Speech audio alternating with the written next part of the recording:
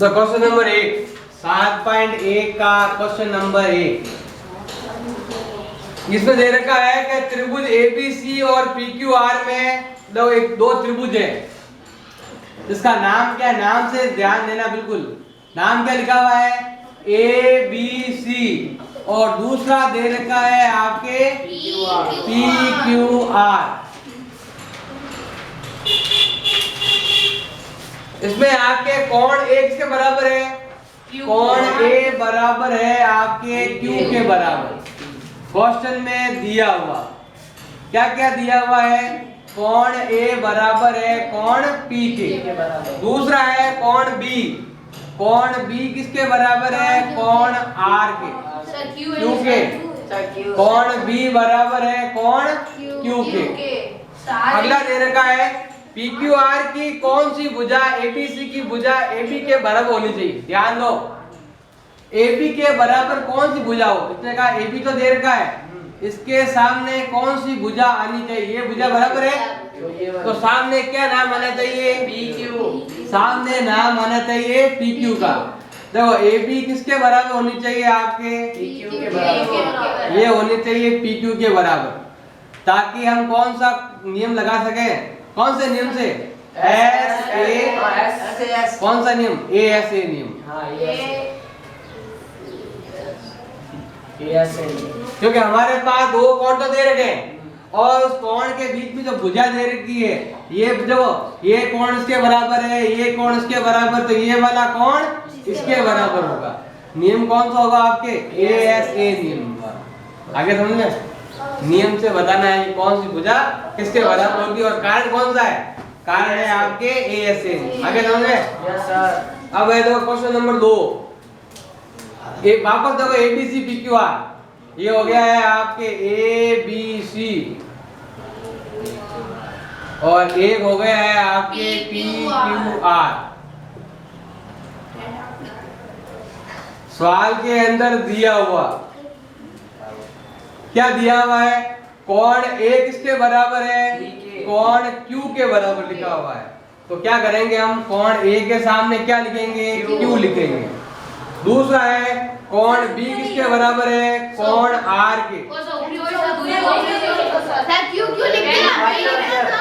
अरे आवाज नहीं, कोण A के बराबर है आपके Q के, कोण आपके B किसके बराबर है, कोण R के, तो यह आ जाएगा आपके P।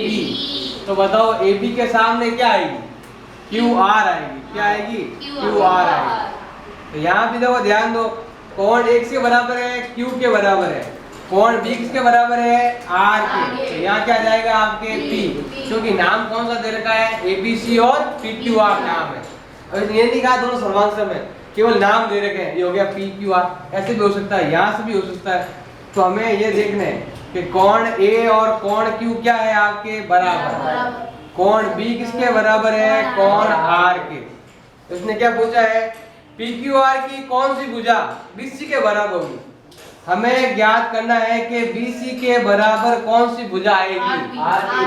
देखो ध्यान दो, आंसर क्या हो जाएगा, BC के बराबर भुजा, BC कहाँ पर है, यहाँ पर। हमेशा संगत भुजाएं क्या होती है, बराबर। तो BC और Q ये का नाम है, RP कह सकते हो या PR, तुम भी लिख सकते हो। R की भुजा क्या होगी आपके बराबर, कारण बताओ, ऐसे लगाना है, AAS नियम लगेगा आपके, AAS नियम द्वारा कह सकते हैं। ये है आपके AAS सर्वांग समता का नियम है। आया समझ में। अब है आपके क्वेश्चन नंबर 3 में क्या दे रखा है, यदि किसी त्रिभुज की दो भुजाएं और एक कोण क्या हो, ये लिख दो क्वेश्चन नंबर 3। दो त्रिभुज है, दो क्या दे रखे हैं, त्रिभुज। इसका नाम मान लो ये तो है आपके A B और हो गया C, दूसरा हो गया है आपके P Q और R। इसने कहा है किसी त्रिभुज की दो भुजाएं और एक कोण, दूसरे त्रिभुज की भी दो भुजाएं और एक कोण बराबर हो तो क्या वो हर बार क्या होगा, अवश्य ही सर्वांगसम होगा। अवश्य होगा, क्या होगा, इसकी दो भुजाएं और एक कोण इसकी भी दो भुजाएं और एक कोण बराबर है, मान लो कि मैं यहाँ लिख दूं, यहाँ लिख दूं, तो क्या दोनों सर्वांसम होंगे? नहीं सर। यानी कि अवश्य नहीं। इसने कहा अवश्य होंगे, हो भी सकते हैं और नहीं भी हो सकते हैं। इधर ध्यान दो, हो भी सकते हैं और नहीं भी हो सकते हैं। अगर मान लो जो इसमें दे रखे हैं वो के वो इसमें है, देखो अगर दो भुजाएं कोण यहाँ पर है, दो भुजाएं कोण यहाँ पर, तो भी हो सकता है। लेकिन दो भुजाएं अलग है, यहाँ कोण तो आ रहा है यहाँ पर और इसमें कोण आपके आ रहा है यहाँ बाहर, तो हो भी सकता है और नहीं भी हो सकता है। अगर ये कोण हम यहाँ बना दे या दोनों भुजाओं को यहाँ ले और कोण को ये करते तो हो सकता है। लेकिन जितने का अवश्य होगा, अवश्य नहीं होगा, हो भी सकता है और नहीं भी हो सकता है। तो ये जो कथन दे रखा है वो कथन क्या है? आपके असत्य कथन है। ऐसा होना संभव है भी है और नहीं भी है। लेकिन इसने कहा अवश्य होगा, अवश्य नहीं होगा, होगा जरूर। लेकिन इसके लिए आपको जो संगत भुजाएं इसमें दे रखी है वही संगत भुजाएं इसमें होनी चाहिए। संगत कोण भी क्या होने चाहिए? आपके बराबर होंगे तो भी होगा, ऐसे हर बार आपके नहीं होगा। कारण क्या है? आपके वो सर्वांग समता के नियम, मतलब कि संगत भुजाएं बराबर होनी चाहिए, संगत कोण क्या होने चाहिए? आपके बराबर। ऐसा होना क्या है? आपके असत्य, मतलब हो सकता है और नहीं हो सकता है। इसने कहा अवश्य होगा, अवश्य नहीं होगा, हो सकता है और नहीं भी आता है। सवाल नंबर 4 क्या कहा इसने? यदि किसी त्रिभुज के दो कोण और एक भुजा, ये त्रिभुज है जिसका नाम मैंने मान लिया है ए बी और क्या हो गया है सी, या हो गया है आपके पी क्यू और क्या हो गया है आपके आर।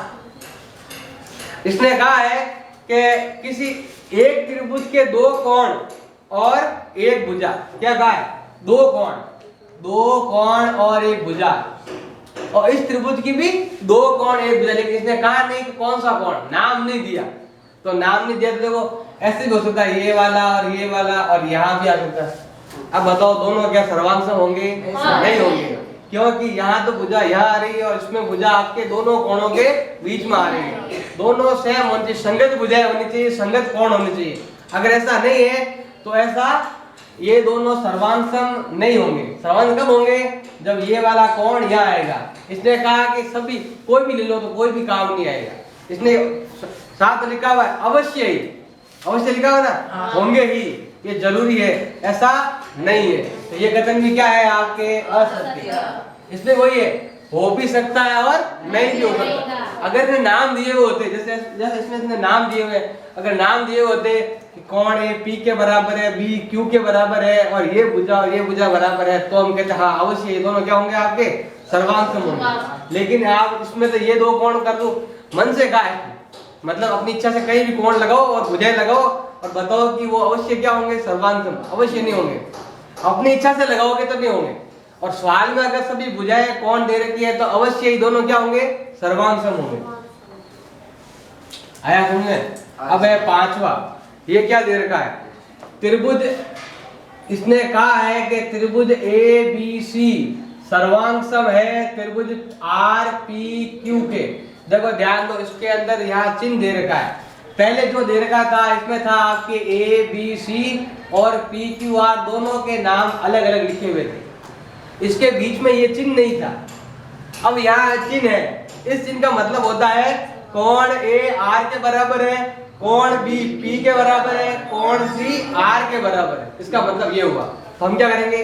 तो चित्र बनाएंगे, उसके जैसा नाम लिखा हुआ है वैसे ही लिखना है, नाम में कोई चेंज नहीं करना है। तो देखो ध्यान दो, इसका नाम क्या है? ए बी और सी। मैंने ए यहाँ से शुरू किया है, इसका नाम क्या है? R P. इसको भी यहाँ से शुरू करेंगे, आर पी और क्यू।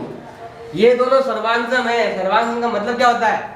ये भुजा इसके बराबर होगी, ये भुजा इसके बराबर और ये वाली भुजा इसके बराबर। कोण ए और आर बराबर होगा, कोण बी और कोण पी बराबर होगा, कोण सी और कोण क्यू क्या होगा? बराबर। क्यों होगा? क्योंकि बीच में क्या दे रखा है? सर्वांसम है, इसलिए। हमें क्या पूछा गया है? बताओ BC बराबर क्या है आपके QR? क्या BC और QR बराबर है क्या? इसने ये पूछा है। BC तो ये रही और QR ये है, क्या दोनों बराबर है क्या? नहीं है। क्यों नहीं है? क्योंकि इसके संगत भाग बराबर नहीं है। संगत भाग बराबर, यानी जो भाग है ये तो क्या भुजा दे रखी है, तो हम क्या लिखेंगे, संगत भुजाएं बराबर नहीं है। संगत भुजाओं का मतलब क्या होता है, ये भुजा के सामने यही भुजा का नाम होना चाहिए। BC इसके बराबर है, क्या काम आएगी, BC किसके बराबर होनी चाहिए, PQ के बराबर होनी चाहिए। क्योंकि संगत भाग यानी संगत भुजाएं या संगत कोण अगर कुछ नहीं दे रखा है तो संगत भुजाएं दे रखी है तो लिखेंगे संगत भुजाएं क्या है, आपके बराबर नहीं है, इसीलिए ये दोनों भुजाएं आपके बराबर नहीं होंगी। आगे समझे। अब सवाल नंबर 6, इसने वापस दे रखा है, इस बार नाम दे रखा है इसने त्रिभुज PQR, सर्वांग सम है त्रिभुज EDF के। दो त्रिभुज है जो दोनों क्या है आपके सर्वांग सम है। नाम क्या क्या है, तो पहले तो नाम बताओ। एक का नाम है PQR और दूसरे का नाम है आपके EDF। मैंने P का नाम सबसे ऊपर लिखा है तो यहाँ भी E का नाम सबसे ऊपर लिखा है। त्रिभुज के नाम के हिसाब से P किसके बराबर है, E के बराबर है। कोण Q किसके बराबर है, कोण D के। और R लास्ट में है, यहाँ भी लास्ट में क्या है, F। R और F भी क्या है आपके बराबर है। दूसरा PQ भुजा बराबर है DE के, QR भुजा बराबर है DF के और PR बराबर है आपके EF के। अब इसने क्या पूछा सवाल के अंदर, हमें बताना है कि PR बराबर है EF, क्या ये कथन सत्य है या असत्य है। देखो ये रहा PR भुजा और ये रही EF भुजा, क्या दोनों बराबर है, सही है। कारण क्या लिखोगे, क्योंकि इनकी संगत भुजाएं बराबर है। पहले संगत भुजाएं बराबर नहीं थी, अब क्या है, संगत भुजाएं बराबर है। कॉरस्पॉन्डिंग पार्ट आर इक्वल, संगत भुजाएं क्या है आपके बराबर, अतः ये दोनों भुजाएं क्या होंगी आपके बराबर, कॉरस्पॉन्डिंग आर इक्वल।